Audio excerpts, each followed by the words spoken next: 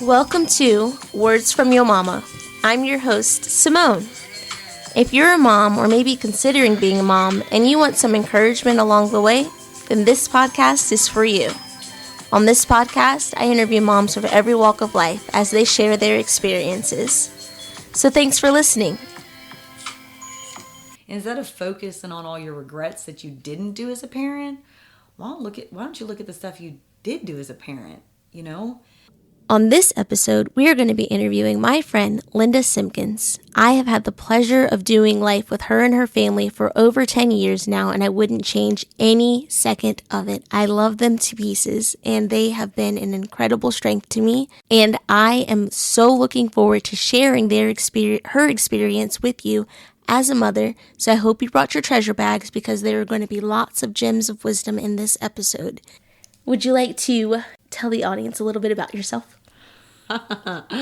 Depends on what kind of audience I'm talking to. A very broad and open audience. All right, a little bit about myself. I was born in Maryland. No, I wasn't. I was born in Virginia. I've lived in Maryland my entire life. I couldn't wait to get out of here when I was a teenager. However, I'm still in Maryland. We're still here. Met my husband while he was stationed here. We got married, and we've been here our entire adult life as well. Have 3 children. All of them are adults. So I don't have the little people anymore. We don't necessarily want to stay in Maryland. We would like to get out of here and move to a southern state somewhere. We'll see if the Lord decides to let that happen. But we're quite content where we are. Love what we do. Love where we are. Love our house. Love our property, our children, our dogs. Yes. I will tell you, though, that I do have I don't want to say a little more of an appreciation for Maryland, but as I drive through the streets somehow and the roads, I'm like, man, it's kind of pretty here. I see it. All right. Yeah. It's got its own little quirks and appeals, but I feel you on wanting to get out. Mm-hmm. We both work full-time jobs and are heavily involved in our church. And then, any side gigs we got going on, we'll do that and involve you in it. So, yeah, that's what we do. Yeah, it's good. Good stuff. So let's get right into these questions because we have a ton for you today. Okay.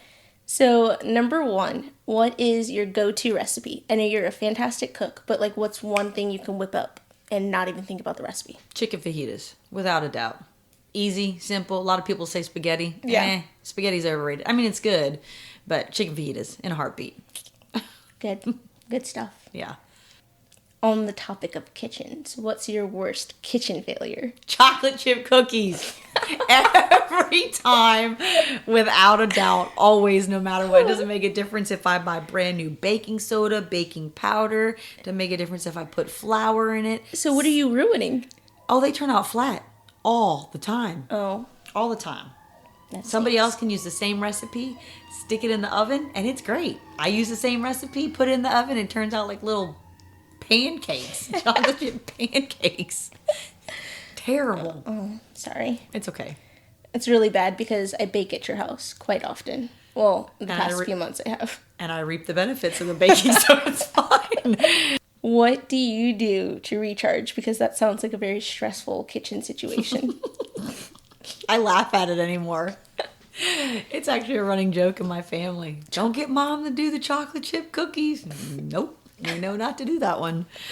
Okay, so if it's during the day and I'm working, because I work from home, so if it's during the day and I'm working and it's nice outside, so anywhere from middle of spring, right as soon as we're coming out of the winter time and into about the later fall time when it's still about 60 or about 60 degrees outside, if I get stressed or need to get myself recharged, you might laugh, but I take myself right out in front of my house and lay down on the sidewalk and face the sun and just lay there and just let the sun hit me. And for some reason, just 15 minutes is all it takes. And I can get up and I have energy and I'm good to go. And I've got a little bit more clarity of life. So you're physically recharging. Oh, yeah. Yeah. And actually, I was listening to or reading an article about that. And they actually say that when you go and stand outside and you face the sun, it actually helps recharge. So it's that whole vitamin D, natural energy, stuff like that. But that's during the day, if I'm stressed out at work. But if I need a spiritual recharge, it's a good prayer time with Jesus. And, sometimes it's a good cry. Yeah. Sometimes it's I don't know if anybody else does this, but I do this. Sometimes it's a good moment with God, I'm frustrated, or, I go on a walk. I try and go on a walk every morning. So that helps recharge, but I also use that as my prayer time sometimes. Yeah. Where, I'll go for a walk with Jesus and we'll just have a good conversation for a couple of miles. And, that helps recharge. And then, of course, working out. And then sometimes just disconnecting, just not saying yes, leaving my phone, taking my watch off, which is very rare. I can just leave it and I'll just go outside, do something, or good old retail therapy, baby. Just go walk around the stores and not have to think about anything. True. So, what is one thing you love the most about being a mom? One thing I love the most about being a mom, I love watching my children go from being babies to adults. I loved the toddler stage was challenging, but I loved watching that whole setup, how God designed it all. I love watching how God blesses them. Like, I think I just get just as excited as they do. I probably get more excited, like, than they do. I remember when Lou got her job a couple years ago. She came in. She's like, "Okay, so I got the job," and I was like, I did like this little dance or whatever it was, and then I went over and I hugged her, and we were like jumping around in circles together. So I love watching that. I love watching them make life decisions. Hard life decisions. Yeah. And I love watching them walk with God. So those are some good moments. Yeah, those are really awesome. I don't know that not every mom could relate to those as moments that they would love, because they seem really challenging and really hard, but it's cool. It's a good perspective. So on the converse of that, what would be the hardest part about being a mom? I would say not having them depend on me anymore. Like, they don't need me. Yeah. I mean, they always need mom. They always need dad. But no, it's like, it's, hey, mom, dad, this is what I'm going to do. Well, we think you should do this. And we get this glare like, I'm an adult. I'm an adult, mom. Yeah, exactly. Like, really? And we're like, yeah, you are adults. So, okay, that's cool. It's your decision. If that's the decision you're going to make, then that's it, And, I think on top of that is they make the decisions, but then sometimes it's, James and I'll go and we're like, that's probably not the best decision, but really having to step back and allow God to say, okay, I need to be able to help them through this decision. Mm-hmm. So learning how to take my hands off of it, not being in control. Funny story. Okay. So 18 years old, right? You raise God gives us our children, right? And he says, okay, your job for the next, until they get to the age of accountability, and there's arguments there. Some say it's this age, some say it's 18. Okay, I'm going to say 18, okay, because they're still living in my house. I still got to pay for them, all right? So yeah, all right, God, here, Linda, James, you got to raise these little people till they're 18. They didn't fall off a bike. They didn't wander in the streets. I'm saying stuff like that, okay? Making sure they survive childhood shenanigans, really, because there was one time I walked outside and I see Isaiah in the top of a tree at 4 years old, and I'm like, how did you get up there, first of all? He's like, yeah, look at me. I'm like, oh God, he's going to die. He's going to fall out of the tree. It's going to be the worst thing in the world. But where were we? What were we talking about? Control. Oh. So God says 18 years old. You got to raise these children till they're 18 years old, right? And I remember vividly this conversation with Jesus. I was like, God, you told me to raise these children, and I raised them until they were 18 years old. And then you're like, oh, by the way, my turn, hands off, Linda. How? I mean, for 18 years I've done this. And now all of a sudden I got to say, okay, hands off, God. You got it. You can do better than I ever could at 18. And I think it's a good thing, because as an adult, raising an adult, oh boy, it's a different thing. So yeah, the control, that's a big one. It's hard. Yeah. Letting go of the control that you once had when for their whole life, and not controlling as like a domineering parent, but like trying to lead them, shape them, grow them, and then all of a sudden it's like, hands off, they got to do it now. Yeah. It's hard. Yeah. That's a hard one. What has been your proudest moment as a mother? That they all survived their childhood shenanigans. There's a lot of shenaniganing. There was. Like, there were sometimes, like, even now my kids will be like, oh, yeah, I did this when I was a kid. I was like, you did what? You don't tell your parents you did this stuff after you did it. You did what? But, yeah, so the first one is that they all survived their childhood shenanigans, right? Yes. And, everybody was good. Everybody's good to go. Then the second one is they learned they know now how to cook for themselves, clean up after themselves, and can take care of themselves. Yes. Like my worry one day, I was sitting there and I was watching one of my children cook or whatever, and I was like, oh God, oh man, I hope when they move out they eat more than that, because man, I don't think they're going to be able to survive. But they can take care of themselves. So that's a pretty cool thing, that they've learned how to do that. Yeah. And the next thing is that they've grown into loving, caring, and hardworking adults. They understand what hard work is, and they might not like it sometimes, but they understand it has to be done. Yeah. And they don't really take to lazy people.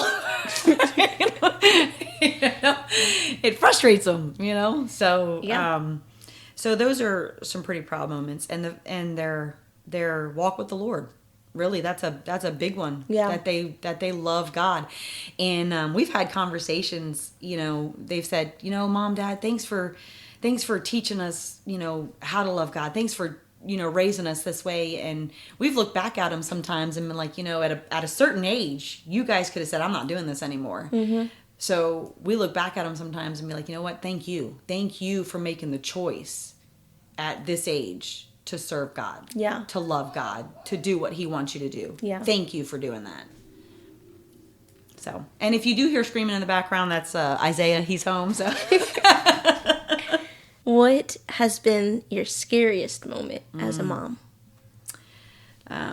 We'll go back to that decision thing. Maybe not making what James and I thought was probably a very good decision, and taking our hands off of it, and really learning how to. And James and I have been walking with God for 20 some years, but really even in that time of maybe them not making a good decision that could affect their future. Yeah. Learning how to take our hands off it and really trust God when He says, "Hey, I got this. Let me take care of it." And that no matter what, He'll work it out for their good. That, and sometimes when they tell me some stories about some interactions they have, I just sit there and they might not see it, or it might be like, oh man, I'm so thankful God protected you, or glad God protected you. Yeah. And then I'll go in my room and be like, oh man, God, whoo, it's like, you got to learn how to breathe through that, even though you weren't there. It's like, man, because your mind, as a parent, your mind automatically goes to like the worst, like, oh God, this could have happened, but it didn't happen, but it could have happened, but I'm so thankful it didn't, but it could have. Yeah. So it's like that, whew, buddy, so. You have experiences they've never experienced, so you're coming from a perspective where their minds would have never even thought of. So when they tell stories, you're just like, you did what? Why? Yeah. Why would you do that? Yeah. Our experiences are completely different. They are, yeah. And they shape us. that they do. Speaking of shaping, what 3 events most shaped your life? 3 events that most shaped my life was my childhood. The things that I went through. It wasn't a good childhood. My mom tried her best to make it the best she could with what we had and the situations we were in. So I would definitely say my childhood is one that has shaped me. The revelation of a relationship with Jesus. A lot of people can say, yeah, I'm a Christian. Or a lot of people can say, yeah, I love Jesus. Or a lot of people can say, yeah, I serve God. right? But it's the revelation that a relationship with Jesus is what is necessary to sustain you in life. Yeah. Not, oh yeah, I love God. Oh yeah, I'm a Christian. Oh yeah, I go to church. No. Yeah. No, not those things. But it's the revelation of a relationship with Jesus. So That's so good. I think that shaped me. And then getting married and having kids. That has definitely been it has been the wildest, greatest ride of my entire life, and I would do it all over again. List your fondest moments as a mother. My fondest moments as a mother. I would say any time I have spent laughing with my children. Any time that, we've had just spontaneous stuff. Like we have just spontaneous singing, spontaneous really weird events. I would say weird events because, you got James, who is a comedian, and Isaiah, who is a comedian, and the two of them together sometimes from the time Isaiah was a kid, the two of them together, and we got videos of it. So really, I would say any time spent laughing with my children, spending time with them. I do wish I didn't rush so much when they were kids. Like, all right, come on, hurry up, we gotta go, right? Yeah. And their little legs just, I think anytime our kids come to us with frustrations, or questions, and we can help them through, those are some of our fondest memories. When James and I are going to bed, and our kids will just come either sit on the foot of the bed, or they'll just lay across the foot of the bed, or they'll lay right in the middle of the two of us and just start having a conversation with us. Those are very fond memories. When they come to us and they are so frustrated, they don't know what to do with life. Yeah. So those are some of our fondest memories, because it's like, it don't make a difference what's going on in the world, what we got going on in the world. That problem to them at that particular time is probably the biggest thing that they're dealing with. Yeah. And it's like huge. Yeah. So them coming to us with their frustrations, their hurt, their anger, and then them trusting us to help them in those situations. Our kitchen table is our gathering place. It's our kitchen table sometimes. Like I said, sometimes it's our bedroom, 10:30, 11 o'clock at night. Mom, Dad, come on in. We'll sleep later. But our kitchen table really is a big gathering place for us. And we love it, and we've loved watching their imaginations when they were younger. Yeah. When they were growing up, some of the stuff. So those are some of the fondest moments too. Going on vacation with them as well. Spending time outdoors with them when they were kids. Social media wasn't a thing. Cell phones weren't a big thing. Internet wasn't a big thing. And so our kids, I would probably say that's probably the last generation of just go outside and play. I know they do it now, but they didn't have like the tablets and and so things like that, going out swimming with them, hiking with them, just really spending time with them. When we were homeschooling, one of the biggest things we tried to do was not make it like a traditional school, right? We did the first couple of years, and then we were like, all right, you know what? Wherever you guys want to school, let's just do it. They homeschooled in the attic. We brought down the stairs, the attic stairs, and the three of them were all up there in the attic doing their work. We packed picnics and would go across the street. Isaiah would end up in a tree doing his schoolwork. So watching them learn from my husband how to kill snakes. Watching my girls learn from my husband how a man's supposed to treat a woman. Having my girls go on dates with my husband when they were younger. Taking my son on dates when he was younger, and even that he's an adult now, I'll be like, hey, you want to go get some Chick-fil-A? If I ever want to go on a date with my son, hey, you want to get some Chick-fil-A? Chick-fil-A, Mom, I'm there. I know my husband has always tried to teach our girls, how a guy's supposed to treat them, and he does so by example 1st and foremost, but he does so by treating them that way. And so it's sometimes we have the conversation. It's like, I don't know how I'm gonna find someone like Dad. And I'm like, oh, they're out there. I promise you, they're out there. We went to a baseball game the girls were sitting by James, and Isaiah was sitting by me, and he just put his arm around me. Like, he was younger, right? 13 maybe. I don't even, yeah, 13. Put his arm around me, and I get a text message from, I'm not going to say his name, but he always used to pick on me, right? He's like, I see you got a mama's boy. I was like, yep, got a mama's boy, which means the hooches will stay away. So I'm totally okay with that. That's fine by me, So my girls have learned, okay, red flag, definitely don't want to be around you. And my son has learned, yeah, you're not a lady I want to be around either. So you kind of already laid the foundation for this question. Okay. But who is your role model and why? All right. So I've had a lot of role models. Obviously growing up, my mom was my role model. We were real close. And I watched her perseverance. I watched her raise 4 children as a single mom. So I watched, you don't be lazy. You're not going to be a lazy person.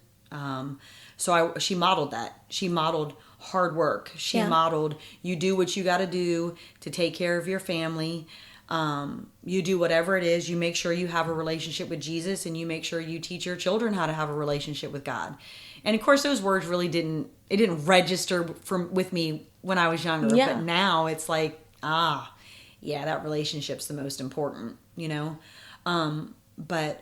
So I've had, there's been other role models, but my mom has definitely been one of my role models. And then, of course, when I got in church, I would look to the elders, of the church on how I'm supposed to raise a family. Not just say, yeah, we're Christians, but how we're supposed to actually be a Christian. How we're supposed to be a doer of the word into action. Yeah. And so I would look at people, elders in the church, because there's a scripture that says the elder ladies need to teach the younger ladies. We need to teach we need to lead them and guide them and teach them. I guess I would be an elder now. Almost. I'm the middle person, right? Yeah. So I'm like, now what it is I look and I'm like, okay, what's best for our family? I remember, when I was younger, basing my decisions, well, would this person do that? Mm-hmm. Or would that person do that? And now it's like, all right, it's not going to hurt them or this decision. It's an okay decision. So now it's figuring out what's best for my family, And they're all adults, so now they're on their own. No, I'm just kidding. They're not on their own. It's still trying to lead them and guide them, Yeah. Well, that's all we have for this episode. Be sure to tune in next week for more words from your mama.